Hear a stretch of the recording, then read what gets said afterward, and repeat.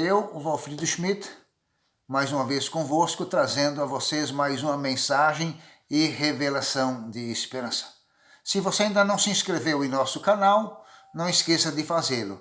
E se você ainda não deu o seu ok, o seu joinha lá, você também faça-o para que o nosso canal permaneça com vocês ainda durante muito tempo. Mas antes de nós entrarmos no nosso assunto de hoje, gostaríamos de fazer uma oração com vocês. Pai querido, muito obrigado, Pai, pela proteção, pelo cuidado que Tu nos tens dado, pela oportunidade que temos de levar aos nossos amigos uma mensagem e revelação de esperança. Que o Espírito Santo possa me usar e também estar abraçando a cada um daqueles que estão me ouvindo. Nós te suplicamos no nome do Teu Filho, nosso Senhor e Salvador, Jesus Cristo. Obrigado, Pai querido. Falamos da outra vez a respeito da grande esperança do ser humano. E eu gostaria de ler hoje novamente com vocês um texto que eu li naquela oportunidade que nós encontramos no livro de Tito, capítulo 1, o verso 2, onde nos diz: na esperança da vida eterna, que o Deus, que não pode mentir, prometeu antes dos tempos eternos. Antes dos tempos eternos. Então a esperança, a maior esperança do ser humano é a vida eterna. Só que essa esperança não é uma esperança de hoje. Essa é uma esperança como o apóstolo Paulo, falando aqui a Tito, fala que é uma promessa que foi feita antes dos tempos eternos. E eu gostaria então hoje de falar para vocês a respeito da esperança dada por Deus a Adão e Eva. Nós encontramos esse relato registrado lá no livro de Gênesis, capítulo 1, 2 e 3. É um texto muito grande para a gente ler, mas eu vou resumir essa história para vocês. Gênesis começa dizendo assim, no capítulo 1, verso 1, no princípio criou Deus os céus e a terra. A terra, porém, estava sem forma e vazia, havia trevas sobre a face do abismo, e o Espírito de Deus pairava por sobre as águas. E aí começa o relato da criação. E disse Deus, primeiro dia, disse Deus, segundo dia, terceiro dia, quarto dia, quinto dia, sexto dia. E quando Deus terminou de criar todas as coisas que Deus quis criar, por último Deus foi criar o homem. As outras coisas, Deus disse, haja. E quando chegou na criação do homem, Deus falou, façamos o homem à nossa imagem. A única coisa que Deus não disse, haja, e que Deus realmente fez, foi o ser humano, a imagem dele.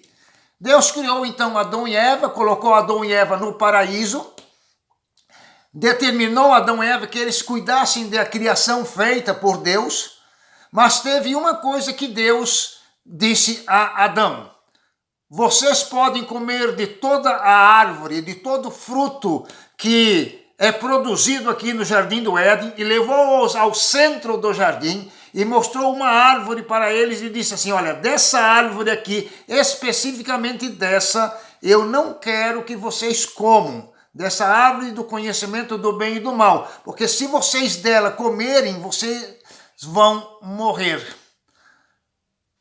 E a vida de Adão e Eva seguiu dia a dia, e cada fim de dia, Deus se fazia presente no Jardim do Éden para ver e acompanhar aquilo que Adão e Eva estavam fazendo. Num determinado dia, Eva se afastou um pouco de Adão, se distanciou de Adão, e se aproximou um pouco da árvore da vida.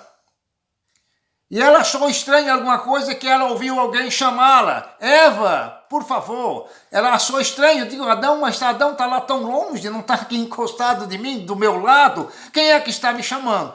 E ela então se direcionou o olhar dela para o local de onde vinha vindo a voz, e a voz vinha exatamente da árvore do conhecimento do bem e do mal. E ela olhou e lá estava a serpente.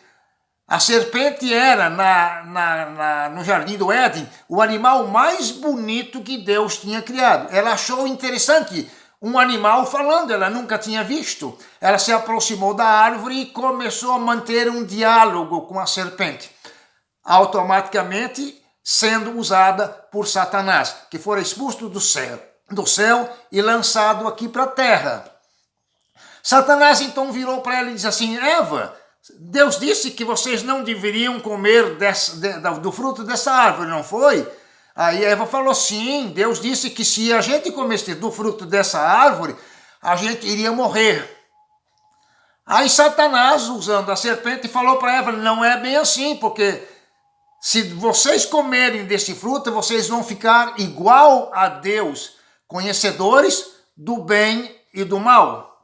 Eva então achou isso interessante, pegou do fruto e comeu. No momento que ela comeu, ela não sentiu nada de diferente, de estranho, porque ela disse: olha, mas Deus disse que se eu comesse eu morreria, mas eu não morri. Então ela pegou o fruto e se dirigiu a Adão.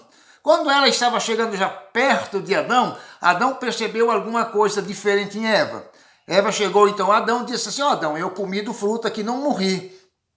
E Adão então também pegou do fruto e comeu. Uma coisa que nós temos que entender aqui é que Adão comeu do fruto consciente daquilo que ele estava fazendo. Eva não, Eva foi enganada por Satanás.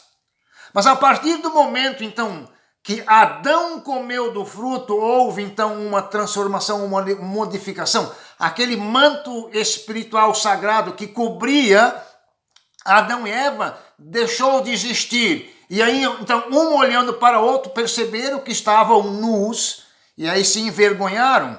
Aí pegaram folhas de figueira, que naquela época eram grandes, e fizeram vestimentas para eles.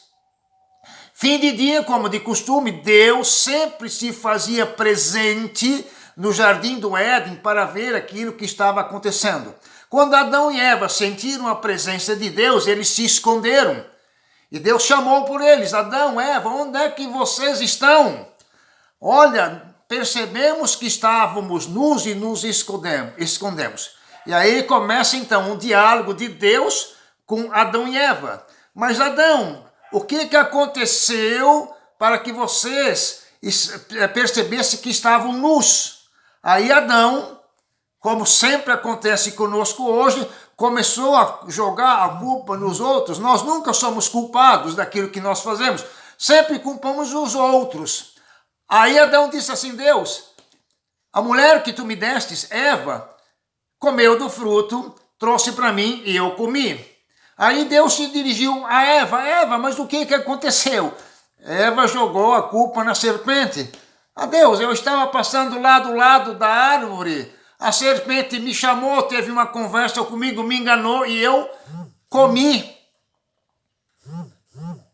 Aí eles perceberam que realmente a situação deles agora estava complicada, porque eles tinham perdido a vida eterna. Porque a ordem de Deus era: se comerem do fruto, vocês vão morrer. Mas se a gente agora partir para o capítulo 3 de Gênesis, onde nós vamos ver o relato, onde Moisés relata a história da queda do homem, nesse diálogo de Deus com Adão e Eva, nós percebemos um verso muito importante e interessante, que é justamente esse verso que deu esperança de vida eterna a Adão e Eva. Esse verso nós encontramos lá no livro de Gênesis, capítulo 3, o verso 15. Talvez vocês não consigam entender muito bem esse texto agora, porque ele é um texto profético. Mais tarde, futuramente, a gente vai entrar em alguns assuntos proféticos e voltaremos a esse texto.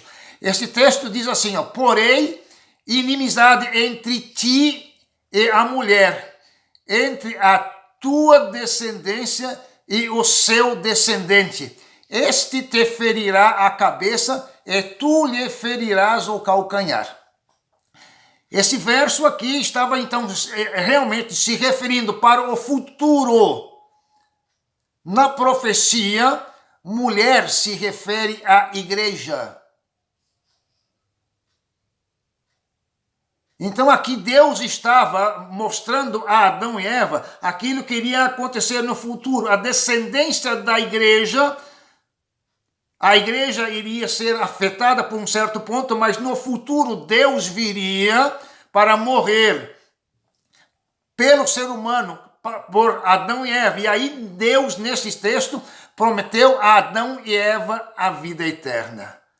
E aí essa promessa de Deus da vida eterna de Adão e Eva, ela vem vindo de geração em geração até nós hoje. E a nossa grande esperança é a vida eterna. Que realmente nós possamos estar nos vivendo nessa esperança da vida eterna. Muito obrigado por você ter me assistido hoje.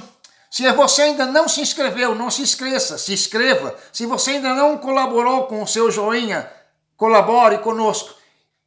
E no sábado que vem nós estaremos falando a respeito da esperança dada por Deus a Caim.